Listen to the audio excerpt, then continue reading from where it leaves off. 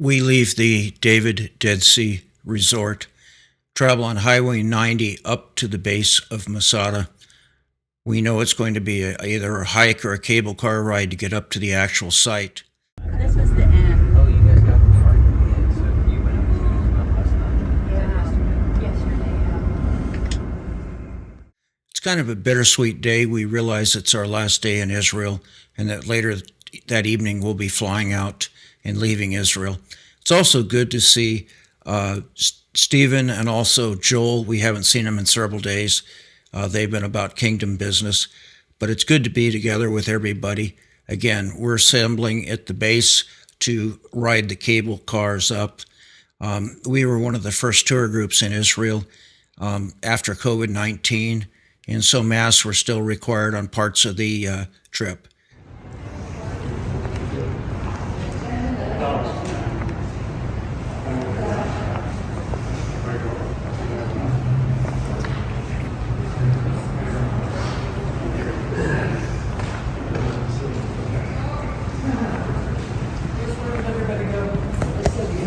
Upstairs. Oh, upstairs?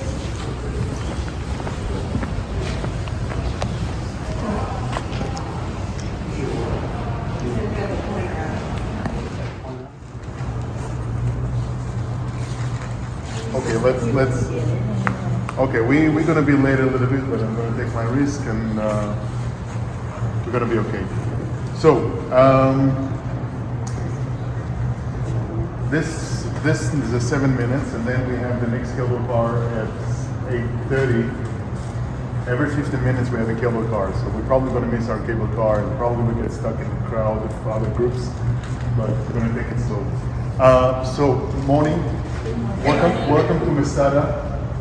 This is probably the second most visited site in Israel, second only to Jerusalem. It's a World Heritage Site, so I'm very happy we came here early morning so you can enjoy it. This is the mountain top of Masada. Oh, we just started. I've got one this morning. We're still missing one person? Rebecca's. 1, 2, 3, 4, 5, 6, 7, 8, 9, 11, 12, 13, 14, 15. No, we're good. We're 14, no? Oh, 15. Sorry, too early. So, a World Heritage Site, famous all over the world, second most visited site in Israel, second only to the old city in Jerusalem, Masada, which means a fortress. It's a natural fortress in the Judean desert, and it was the fortress, one of many, of Herod the Great. In the times of Herod the Great, Masada was on the Roman limes border. So it was right on the imperial border of the Roman Empire. On the other direction, Arabia. Behind Arabia, yes, we have the Parthians. The only power stands against Rome, the nemesis of Rome, the Parthian Empire. So that was a stronghold in the line of strongholds, the desert limes line. And Herod the Great built a palace and a stronghold, and here he stored food, weapon, and ammunition for army of 10,000s. Like we already said yesterday, the great advantage of the Judean desert is the dry Judean desert climate. Excellent for preserving weapon, food, and ammunition. Remember, they had no preservatives over there. So you're going to see where used to be the luxury palace of Herod the Great. So far, so good? Yes. Now, 80 years after Herod, we're talking about the year of 66 AD, one generation after Jesus. Jerusalem rebels against Rome. They came over here, surprised the small Roman garrison that guarded this place, took the weapon and ammunition with them to Jerusalem. So the Syriac group of Jews took over Masada. And they had a false Messiah, Ben Yair, who led them here. The revolt started in the year of 66. 4 years later, Jerusalem was burned to the ground. And during that time, refugees from Jerusalem, from the Galilee, from Samaria, approximately 1,000 men, women, and children gathered here on the mountaintop of Masada. And they lived here for almost 8 years on a refuge camp.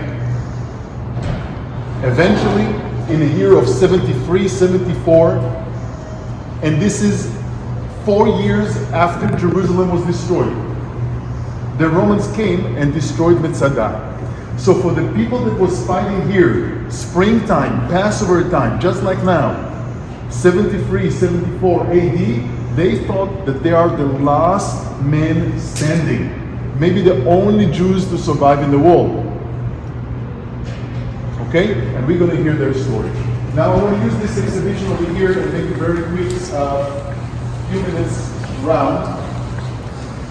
This sign is dedicated to the excavations of Masada. The excavations of Masada happened between 1962 to 1965. For 3 years they excavated over here a team of 20 best archaeologists, hundreds of volunteers from America, from Israel, from all around the world. And they were led by two great archaeologists, not with us anymore. Professor Shemaryahu Gutman, that's the guy that excavated Gamla at the Galilee. And Professor Yigael Yadin.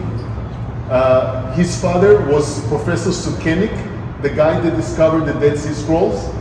The son was the chief of staff of the Israeli Defense Forces. And when he retired, he came back to be an archaeologist. Okay? So Yigael Yadin and Shemaryahu Gutman, they were the two professors who led this exhibition. Now if you look over here, they excavated over here 1962 to 1965. They lived in army camp, and you see over here, every day they climb up and they climb down, working the whole day in a horrible hot weather. Very hot during the day, very cold during the night. Horrible army food, and I'm talking quantity and quality. Cold showers, army-style toilets, okay? But if you ask those people, and many of them are still living among us, how was it? They will tell you that was the best time in their life. Seriously, they will tell you those 3 years, that was the best time in my life. Why is that? Because when they excavated the ruins of Masada, they did it with a thrill of holiness. That was the early 1960s. We were a tiny, scruffy little nation on the very edge of survival. And to the words, Masada shall not fall again, where is it? Masada shall not fall again. You see? Where is it? It's from this song. Masada shall not fall again have very concretic meaning. Yes, we were outnumbered by our enemies. You in America, you have Remember the Alamo. In Israel, we have Remember Masada. So for us, it was a heroic symbol. Those people that chose to fight against outnumbered enemies. And every evening, Shemaryahu Gutman and Yigael Yadin gathered everybody around the bonfire, and they played music and they sang songs, and every evening the chief of the archaeologists shared with them what was the day's latest discoveries. Okay? You can see Ben Gurion visiting the place, and the archaeologists and the young volunteers. Now you can go mind over here and speak a little bit about what we see over here. You're going to see all the groups just rushing into the theater, but I think that those finds are really important. The thing is, when you go into an archaeological site today, you only see the ruins. You don't see the small finds that were found in it. Got it? When you visit an archaeological site, you only see the big structures, you don't see the small finds. And sometimes the small finds, that's the real story, okay? And I want to dedicate the next 3 minutes to explain about what we see over here. Very often we think about Masada, yes, in a context of death, because those people killed themselves eventually. But one of my teachers, Dr. Stiebel, Guy Stiebel, He liked to say that today we understand Masada in the context of life. Because Masada helps us to reconstruct life in a time of Jesus. It's the best place in the world to reconstruct life in the time of Jesus. What do I mean? If you take this, for example, this is a wine amphora shipment that was sent to Herod, the king of Judah. How do you know that Herod's title was the king of Judah? Anywhere else in the world, you will find one piece of pottery. Here, you'll find the complete thing, because nobody touched it. Usually you write on the wine shipment who sent it to who, but you never can read it because it's never survived. But here, excellent dry climate preservation, we can still read what was written on it and we can sample what was in it. So we can tell you the quality of the wine, we can tell you it was sent to Herod's king of Judah, so we can tell you the title of Herod. We found the fish sauce with the sauce on the plate. We found sandals, we found praying shawls, we found Torah scrolls, we found women hair, we found the comb for the hair, we found the lices on the comb. Okay? The lices on the comb. We found the praying shawls, we found the food they ate, and all that helped us to reconstruct life in the time of Jesus. That's the important.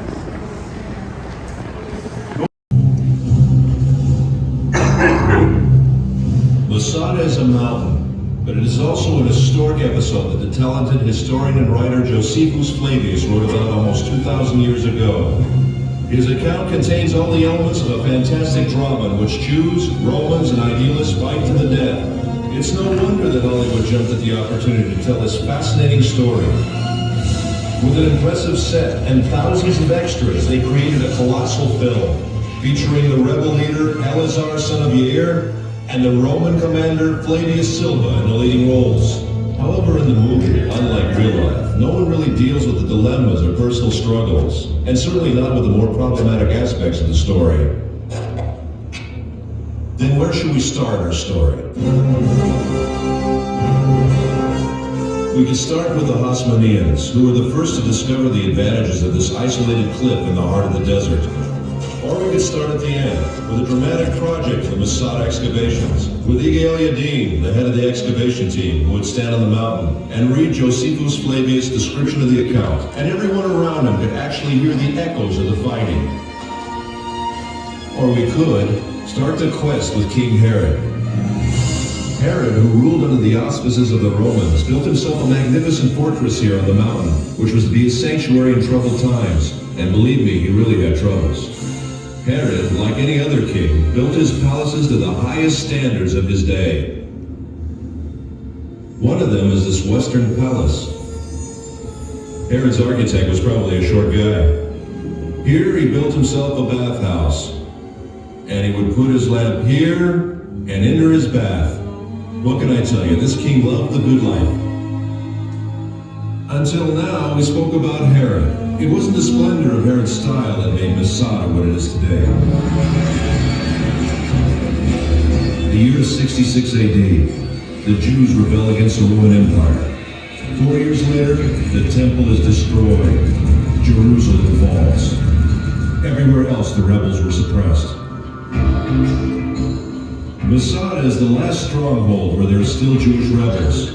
And believe me, they didn't need Herod's palaces. The rooms in the wall were divided and used as living quarters. They lived from food in the storerooms, and they drank water from the cisterns, kindly left behind by Herod long ago. Right from the beginning of the excavations, signs of the rebels were found elsewhere, in the palaces, in the ritual baths, and in particular in the wall. The deepest experience I went through in Masada was when they found in this particular room the first piece of scroll. To see Hebrew letters coming out of the ground, the same letters which are used until today. Later, more fragments of scrolls were found. One I found with my own hands, but the first experience is unforgettable. Throughout the revolt, groups of refugees sought asylum on the mountain. About 1,000 rebels gathered at this fortress in the heart of the wilderness. In 73 AD, the Romans' 10th Legion arrived with thousands of armed soldiers who deployed themselves around the mountain. An enormous war machine. And the movies do it best. After the Romans, of course. The Romans built an attack ramp. The besieged rebels rolled stones down it. The Romans lifted a tower to the top of the ramp, equipped with a battering ram to smash the wall. The besieged erect a wood and earthen wall to sustain the blow to the battering ram. The Romans burn it, but the wind almost burns their own tower. Then the wind veering as if by divine providence to the south, blowing with full force in the opposite direction, flung flames against the wall, which now was all ablaze. And in the evening, when the wall was burnt and breached, the Roman army returned to its camps, assured that the whole affair would be over by morning. But Eleazar had ideas of his own. This is it, the last night. My friends, we've reached the climax of the drama. However, unlike the movie, here apparently the events actually took place. And here at Masada, men with families were forced to decide slavery or death. Eleazar had no doubts, but he had yet to convince his comrades in arms. Ladies and gentlemen, the speech of Eleazar.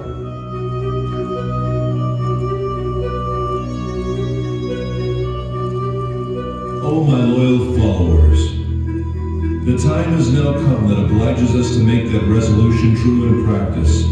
Let our wives die before they are abused, and our children before they have tasted of slavery, and preserve ourselves in freedom as an excellent funeral monument for us, as we have preferred death before slavery. Once Ega El-Yadin was asked what was the most important artifact he found on Masada. Dozens of priceless objects were found here, he answered, but if I must point to one find, it would be these ostraka. These potsherds. These may be the lots that I'm holding now. Potsherds on which the rebels wrote their names. 10 men who were chosen were the only ones who remained. Their equipment had already burned, and each of them had already killed his wife and children. Then they drew the lots. Who would kill the 9th man and fall on his own sword? And in the morning the Romans arrived, and besides 2 women and a few children, everyone was dead.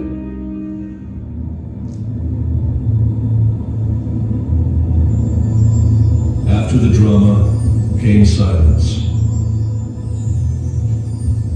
The silence was broken in the 5th century for nearly 200 years by a community of Byzantine monks. 1,200 years later, the first explorers came and rediscovered the mountain.